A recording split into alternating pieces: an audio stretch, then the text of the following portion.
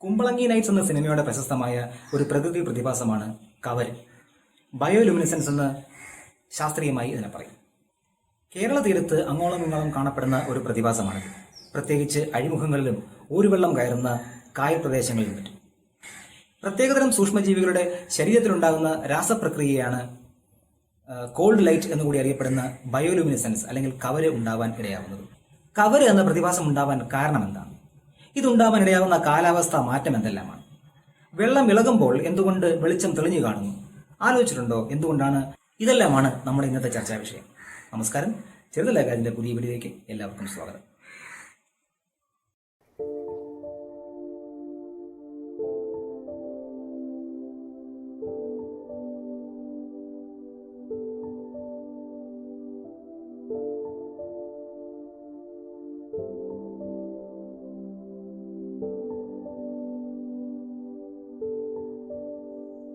എല്ലാത്തരം ജലാശയങ്ങളിലും സൂക്ഷ്മജീവകങ്ങളുണ്ട്.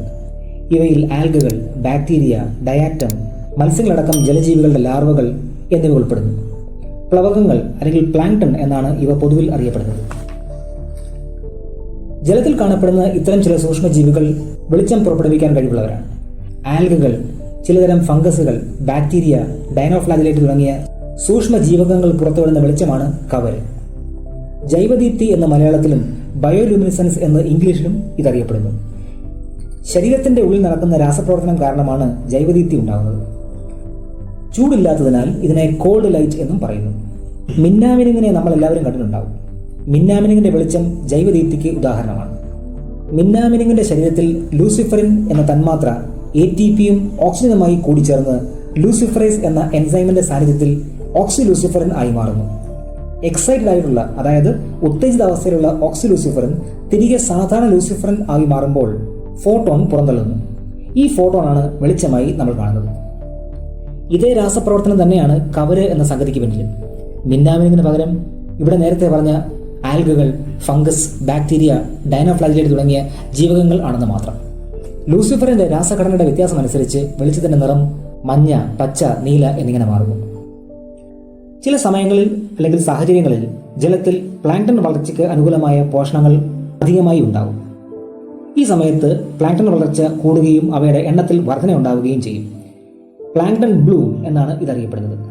ഇങ്ങനെ plankton Bloom ഉണ്ടാകുമ്പോൾ അതിൽ ഏറിയ പങ്കും ജൈവദീപ്തി ഉണ്ടാക്കുന്ന ആൽഗകളോ ഡൈനോഫ്ലാജലേറ്റോ ആവുമ്പോഴാണ് കവര് എന്ന പ്രതിഭാസം കാണാൻ സാധിക്കുന്നത്. നോക്ടിലൂക്ക, പ്രോട്ടോപെരിഡിനിയം, അലക്സാൻഡ്രിയം, ലിംഗുലോഡിനിയം തുടങ്ങിയവയെല്ലാം ബയോലുമിനിസെൻസ് ഉണ്ടാക്കുന്ന സൂക്ഷ്മജീവകങ്ങളാണ്. ഡൈനോഫ്ലാജലേറ്റ് ഗ്രൂപ്പിലെ 17 ജീനസുകൾ ജൈവദീപ്തിക്ക് കാരണം ആവാറുണ്ട്. തിരമാല ഉണ്ടാകുമ്പോഴോ അല്ലെങ്കിൽ വെള്ളത്തിൽ തിരയിളക്കം ഉണ്ടാകുമ്പോഴോ ആണ് വെളിച്ചം തെളിഞ്ഞു കാണുന്നത്. കാരണം ലൂസിഫറിൻ ലൂസിഫറേസ് രാസപ്രവർത്തനത്തിന് ഓക്സിജൻ കൂടിയേ തീരൂ. നമ്മൾ ഈ കാര്യം നേരത്തെ പറഞ്ഞത് ഓർമ്മയുണ്ടല്ലോ. വെള്ളം ഇളകുമ്പോൾ ഓക്സിജന്റെ ലഭ്യത ജലത്തിൽ കൂടാൻ കാരണമാവും. ഇതാണ് തിരയിളക്കം ഉണ്ടാകുമ്പോഴോ അല്ലെങ്കിൽ കമ്പുകൊണ്ട് വെള്ളത്തിൽ ഇളക്കുമ്പോഴോ വെളിച്ചം കൂടുതൽ തെളിഞ്ഞു കാണാൻ കാരണം. കായലിൽ അല്ലെങ്കിൽ ഓരുവെള്ള പ്രദേശങ്ങളിലല്ല നമ്മൾ കരുതും പോലെ കവരുണ്ടാവുന്നത്. കടലിൽ ഉണ്ടാവുന്ന ആൽഗൽ ബ്ലൂമിന്റെ ആധിക്യം കായലിലേക്കോ അഴിമുഖ പ്രദേശത്തേക്കോ പടരുന്നതാണ് എന്ന് മാത്രം. അതുപോലെ തന്നെ കുമ്പളങ്കിൽ മാത്രവുമല്ല, കേരള തീരത്ത് വടക്ക് മുതൽ തെക്ക് വരെയും ആൽഗൽ ബ്ലൂം അല്ലെങ്കിൽ ബയോലുമിനിസെൻസ് ഉണ്ടാവാറുണ്ട്. പോളവെള്ളം എന്ന് വടക്കൻ കേരളത്തിലും കറവെള്ളം എന്ന് തെക്കൻ ഭാഗങ്ങളിലും ഇതിന് പേരുകളുമുണ്ട്. കവര് അല്ലെങ്കിൽ ബയോലുമിനിസെൻസിന് പിന്നിലെ ശാസ്ത്രം ഇതാണ്. കാണാൻ ഭംഗിയുണ്ട്, കൗതുകവുമുണ്ട്. എങ്കിലും പാരിസ്ഥിതികമായി കവരുണ്ടാകുന്നത് അത്ര ശുഭസൂചകമല്ല. പ്രകൃതിയിൽ മനുഷ്യനേൽപ്പിക്കുന്ന ആഘാതം കാരണം പലപ്പോഴും കൂടിയ അളവിൽ അനിയന്ത്രിതമായി നൈട്രേറ്റ്, ഫോസ്ഫേറ്റ് മുതലായ ന്യൂട്രിയന്റുകൾ ജലാശയങ്ങളിൽ എത്തുന്നുണ്ട്. ഇതിന് യൂട്രോഫിക്കേഷൻ എന്നാണ് പറയുക. വേനൽക്കാലത്ത് വെള്ളത്തിന്റെ ലവണത്വം കൂടുതലും കൂടിയാവുമ്പോൾ ഇത് ആൽഗകളുടെ ക്രമാതീതമായ വളർച്ചയ്ക്ക് ഇടയാക്കും. അതായത് നേരത്തെ പറഞ്ഞ ആൽഗൽ ബ്ലൂം ഉണ്ടാവും. 1 കിലോ ജലത്തിൽ എത്ര ഗ്രാം ലവണങ്ങൾ ഉണ്ട് എന്ന അളവാണ് വെള്ളത്തിന്റെ ലവണത്വം അല്ലെങ്കിൽ സലിനിറ്റി എന്ന് പറയുന്നത്. ആൽഗൽ ബ്ലൂം പലപ്പോഴും പരിസ്ഥിതിക്ക് ഭീഷണിയാണ്. ആൽഗൽ ബ്ലൂം ഉണ്ടാകുമ്പോൾ ജലത്തിൽ ഓക്സിജന്റെ അളവ് കുറയും. ഇത് കാരണം മറ്റ് ജലജീവികൾക്ക് നിലനിൽപ്പ് അസാധ്യമാവുകയും ചെയ്യും. ഇതിനെ BOD അല്ലെങ്കിൽ ബയോളജിക്കൽ ഓക്സിജൻ ഡിമാൻഡ് എന്നാണ് പറയുന്നത്. ആൽഗകളുടെ അളവ് കൂടുമ്പോൾ ജലത്തിൽ നേരിടുന്ന ഓക്സിജൻ ലഭ്യത കുറവാണ് BOD എന്ന് ലളിതമായി പറയാം. ഇതാണ് ഒന്നാമത്തെ പ്രശ്നം. രണ്ടാമതായി, മത്സ്യങ്ങൾക്കും മറ്റും ആൽഗൽ ബ്ലൂം ദോഷകരമാണ്. വായിലൂടെ വെള്ളം എടുത്ത് ചെകിളകളുടെ പുറത്തുവിട്ടാണ് മത്സ്യങ്ങൾ ശ്വസിക്കുന്നത്.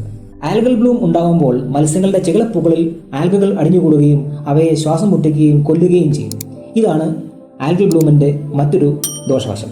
സയനോബാക്ടീരിയ, ഡൈനോഫ്ലാജിലേറ്റുകൾ എന്നിവ ഉൽപ്പാദിപ്പിക്കുന്ന ചിലതരം കെമിക്കലുകൾ വെള്ളത്തിൽ കലരുന്നത് ജലജീവികൾക്കും ചിലപ്പോൾ മനുഷ്യർക്കും അപകടമാണ്. ബയോടോക്സിൻ എന്നാണ് ഇത്തരം കെമിക്കലുകൾ അറിയപ്പെടുന്നത്. മൈക്രോസിസ്റ്റിൻ, സൈനോടോക്സിൻ, ബ്രീവിടോക്സിൻ എന്നിവ ഇത്തരം ബയോടോക്സിനുകൾക്ക് ഉദാഹരണമാണ്. ഇത്തരം മറൈൻ ബയോടോക്സിനുകൾ ഉൽപ്പാദിപ്പിക്കുന്ന ആൽഗൽ ബ്ലൂമിന് ഹാംഫുൾ ആൽഗൽ ബ്ലൂം എന്നാണ് പൊതുവിൽ പറയുന്നത്. ഇത്തരം ആൽഗൽ ബ്ലൂം സമുദ്രത്തിന്റെ നിറം തന്നെ ചിലപ്പോൾ മാറ്റിക്കളയും.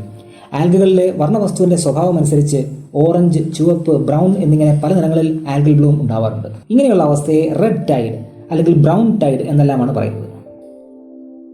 കടലിൽ ബയോലുമിനസൻസ് കാണിക്കുന്ന ഒട്ടേറെ ജീവജാലങ്ങളുണ്ട്. പലപ്പോഴും ശത്രുക്കളിൽ നിന്ന് രക്ഷപ്പെടാനും ഇണകളെ ആകർഷിക്കാനും ഇരപിടിക്കാനും മറ്റുമാണ് ഇത്തരം സൂത്രപ്പണികൾ കടൽ ജീവികൾ ചെയ്യുന്നത്. ജെല്ലി ഫിഷുകൾ, അനലിഡുകൾ, ആംഗ്ലർ ഫിഷ്, ഷാർക്ക്, ചിലതരം ചെമ്മീനുകൾ, കണവ, ചിലതരം മത്സ്യങ്ങൾ എന്നിവയെല്ലാം ബയോലുമിനസൻസ് കാണിക്കാറുണ്ട്. യൂട്രോഫിക്കേഷന്റെ ഫലമായിട്ട് പ്രകൃതിക്കുണ്ടാകുന്ന ആഘാതത്തിന്റെ ഒരു സൂചകമായിട്ട് കവര് എന്ന പ്രതിഭാസത്തെ കാണാം എന്ന് നമ്മൾ നേരത്തെ പറഞ്ഞു. എന്നാൽ മറ്റൊരു പഠനം കൂടിയുണ്ട്. ജലാശയങ്ങളിൽ സ്വാഭാവികമായി കാണപ്പെടുന്ന ബാക്ടീരിയകളുടെ കൂടെ ബയോലുമിനസെന്റ് ബാക്ടീരിയയും ഉണ്ടാവും. മൊത്തം ബാക്ടീരിയയിൽ ബയോലുമിനസെന്റ് ബാക്ടീരിയ എത്രയുണ്ട് എന്ന അനുപാതത്തെ ബയോലുമിനസെന്റ് റേഷ്യോ അല്ലെങ്കിൽ BLR എന്നാണ് പറയുന്നത്. കുറഞ്ഞ BLR സൂചിപ്പിക്കുന്നത് ജലാശയങ്ങൾ മാരകമായ രാസപദാർത്ഥങ്ങൾ കൊണ്ട് മലിനമാക്കപ്പെട്ടിരിക്കുന്നു എന്നാണ്.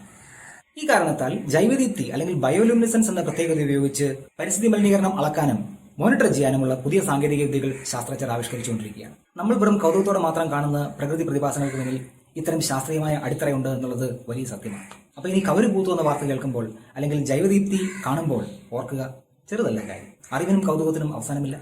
മറ്റു വിഷയമായിട്ട് അടുത്ത വീട്ടിൽ നമുക്ക് വേണ്ടി കാണാം.